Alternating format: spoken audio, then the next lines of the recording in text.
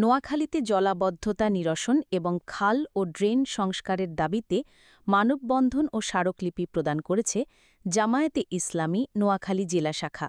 রোববার সকালে নোয়াখালী জেলা প্রশাসক কার্যালয়ের সামনে মানববন্ধন কর্মসূচি পালন করে পরে জেলা প্রশাসক বরাবর স্মারকলিপি প্রদান করেন তারা।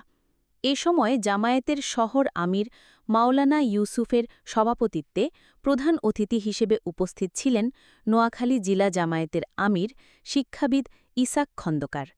মানববন্ধনে জামায়াতে ইসলামীর নেতাকর্মীদের পাশাপাশি সাধারণ মানুষও অংশ নেন। মানববন্ধনে বক্তারা বলেন, প্রতি বছর বর্ষা মৌসুমে নোয়াখালী জেলায় তীব্র জলাবদ্ধতার সৃষ্টি হয়। এতে জনজীবন বিপর্যস্ত হয়ে পড়ে, ব্যবসা-বাণিজ্যে স্থবিরতা আসে এবং কৃষিখাতের ব্যাপক ক্ষতি হয়। অপর্যাপ্ত ড্রেনেজ ব্যবস্থা, খাল ভরাট হয়ে যাওয়া এবং অপরিকল্পিত নগরায়নই এই জলাবদ্ধতার মূল কারণ বলে তারা উল্লেখ করেন। মানববন্ধন শেষে বাংলাদেশ জামায়াতে ইসলামীর পক্ষ থেকে জেলা প্রশাসকের নিকট একটি স্মারকলিপি পেশ করা হয়। স্মারকলিপিতে জলাবদ্ধতা নিরসনে দ্রুত ও কার্যকর পদক্ষেপ গ্রহণের জন্য সরকারের প্রতি আহ্বান জানানো হয়। অ্যাডভান্সড হাইজিন বডি ওয়াশ, যার স্কিন রাখে ময়শ্চারাইজড 72 ঘন্টা পর্যন্ত। Smart people, smart shower. Noakhali জেলা জামায়াতের আমির ইসাক খন্দকার বলেন, বাধ্য হয়ে জেলা জামাতের উদ্যোগে মানববন্ধনের আয়োজন করেছি, কারণ মানুষের দুর্ভোগ, আমরা এই বিষয়টি প্রশাসনকে বারবার বলার পরেও সমাধান না হয়, আমরা আজকে মানববন্ধনের মাধ্যমে প্রশাসন, জনগণ,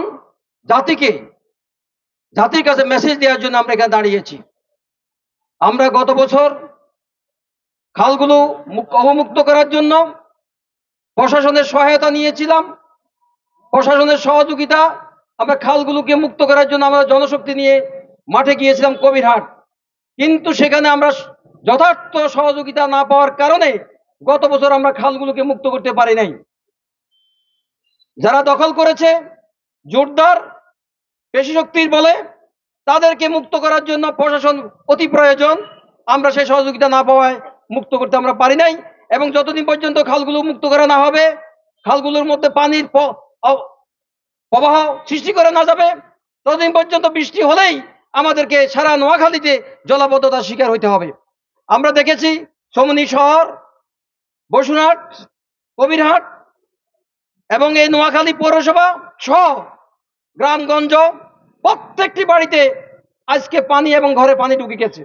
মানুষের বসবাসের জন্য দুর্বিষহ অবস্থা সৃষ্টি হয়েছে, এবং এই শহরগুলোতে ড্রেনেজ ব্যবস্থা সঠিকভাবে ড্রেনেজ ব্যবস্থা না থাকার কারণে এবং খালগুলো বেদখল হওয়ার কারণে, বিশেষ করে পানির ঘের, মাছের ঘের এবং দখল ফেলার কারণে আজকে পানির অবাধ প্রবাহ বন্ধ হয়ে গেছে। এবং এটা যদি মুক্ত না করা যায়, এই ৩৫ থেকে ৩৫ লক্ষে নোয়াখালীবাসীকে দুর্ভোগ প্রতিনিয়তই ভোগ করতে হবে। এই জন্য আমরা বিশেষভাবে প্রশাসনের উদ্যোগ নিয়ে আমাদেরকে নোয়াখালীবাসীকে মুক্ত করার জন্য এবং নোয়াখালীবাসীর দুর্ভোগ দূর করার জন্য আমরা উদাত্ত আহ্বান জানাচ্ছি। যদি এই ব্যবস্থা করা না হয়, তাহলে জনগণকে সাথে নিয়ে আমরা দুর্বার আন্দোলন সৃষ্টি করতে বাধ্য হব ইনশাআল্লাহ।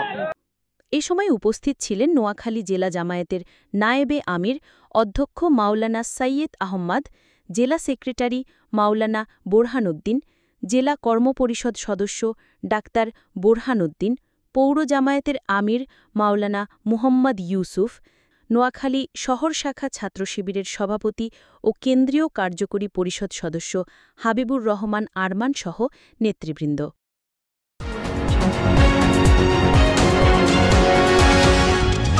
NK টেলিভিশন, নোয়াখালীর কথা বলে।